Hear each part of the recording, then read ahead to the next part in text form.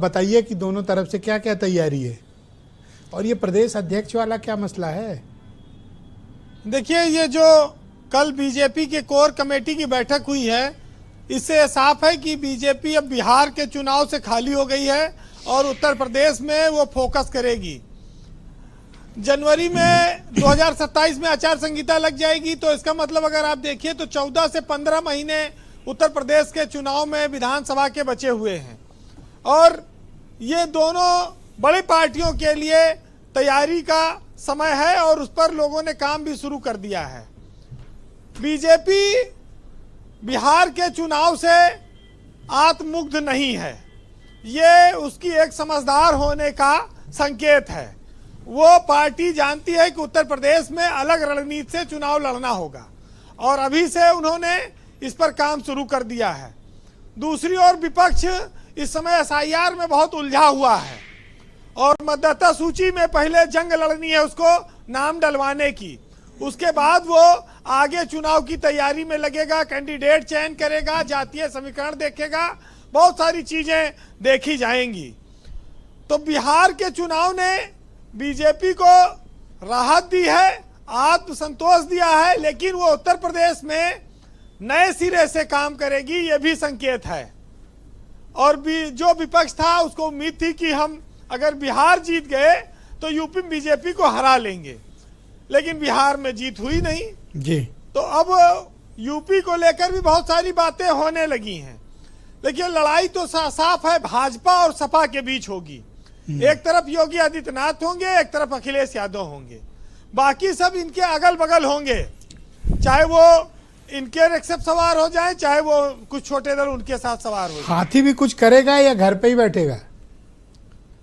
देखिए, हाथी की स्थिति यह है कि वो सत्ता पक्ष के बजाय विपक्ष की पार्टियों से ज्यादा लड़ता है और मायावती इस बात को लेकर 2024 के लोकसभा चुनाव में भी उनके ऊपर ये बात आरोप लगे थे और मायावती की स्थिति आज उत्तर प्रदेश में सिर्फ एक विधायक की है। अब लड़े वो चाहे जितनी सीटों पर, लेकिन उनका वोट बैंक तो लगातार घट रहा है। दलित कभी बीजेपी की तरफ गया, कभी सपा की तरफ गया, तो मायावती के लिए संभावनाएं उत्तर प्रदेश में कोई चमत्कारिक होंगी, इसकी कोई आसार नहीं दिखते हैं ब्रजेश जी। लेकिन बीजेपी खाली प्रचार करने में, वोट बनाने में या जातीय समीकरण करने ठीक करने में नहीं जुटेगी, वो गठबंधन को तोड़ने में भी जुटेगी। तो समाजवादी पार्टी और कांग्रेस के लिए यह गठबंधन कायम रह जाए, यह भी बहुत बड़ी चुनौती होगी चुनाव तक जी। दूसरी, कांग्रेस की लालच की वजह से भी यह गठबंधन टिकेगा कि नहीं, इस पर संशय है। क्या मतलब? कांग्रेस एक सेकंड सीटों के मामले में एक लालची पार्टी बनती जा रही है। एक सेकंड वीरेन जी, क्योंकि अरे रुक जाएं एक मिनट, ये क्या आपने बोला? कांग्रेस का क्या? कांग्रेस एक लालची पार्टी है जो सीटें ज्यादा मांगती है। देखिए, जमीन नहीं है इनके पास खाली जबान है। तो ये बहुत साफ है कि जब जमीन नहीं, खाली जबान से काम चला रहे हो और सीट ज्यादा लोगे तो जिसके लोगे शेयरिंग में उसका नुकसान करोगे। गौवा में कहते नहीं कि एक हाथ रसरी 9 हाथ पगहा, तो ये वही वाली पार्टी है।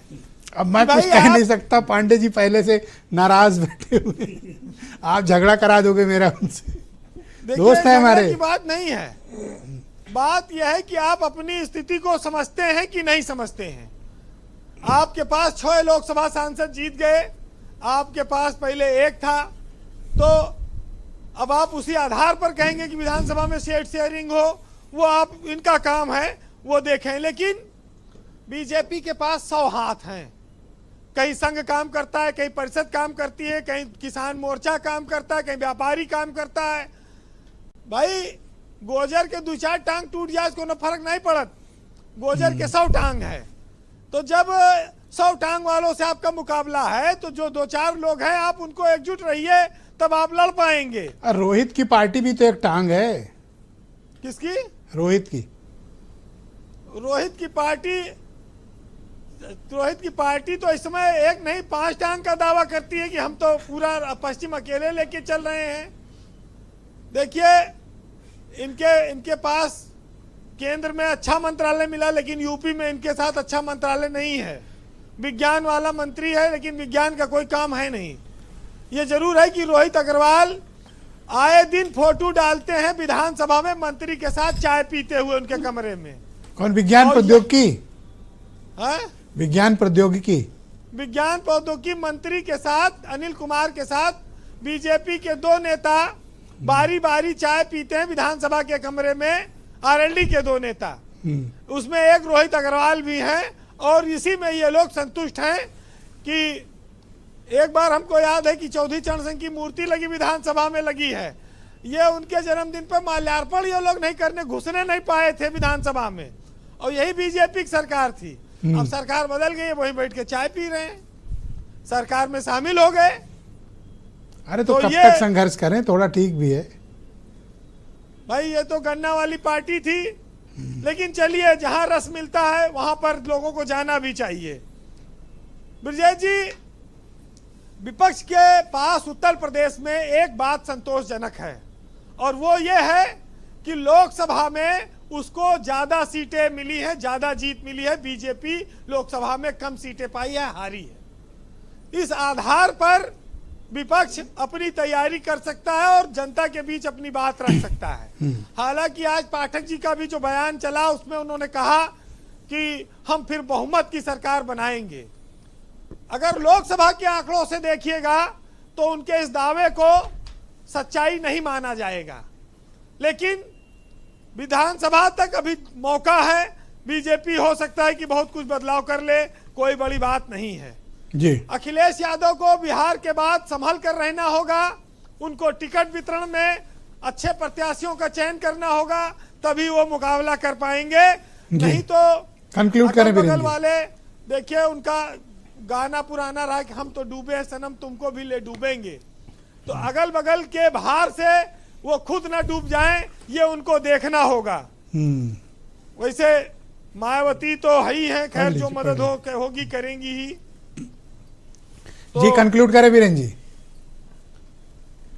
अब जनता के लिए एक साहित्य सुनिएगा कि हो चुके अब तो इलेक्शन, बन चुके शासक कई, और 5 सालों तक तो जनता को हाथ मलना चाहिए, और एक ही केवल हमें क्या हर बार लूटा करे, और 5 सालों में तो लुटेरा भी बदलना चाहिए। और राष्ट्रवाद, लोकपाल, सेक्युलरिज्म तो अब पुराने हो गए, अब चुनावों में नए नारे उछलने चाहिए। और काठ की हांडी तो यारों बार कितनी चढ़ चुकी, अब नए हथियार से जनता को छलना चाहिए। बहुत शुक्रिया वीरेन जी, बहुत बहुत धन्यवाद ग्राउंड जीरो से अपने फीडबैक, ओपिनियन और पॉलिटिकल ऑब्जर्वेशंस हम तक पहुंचाने के लिए। बहनों भाइयों, इस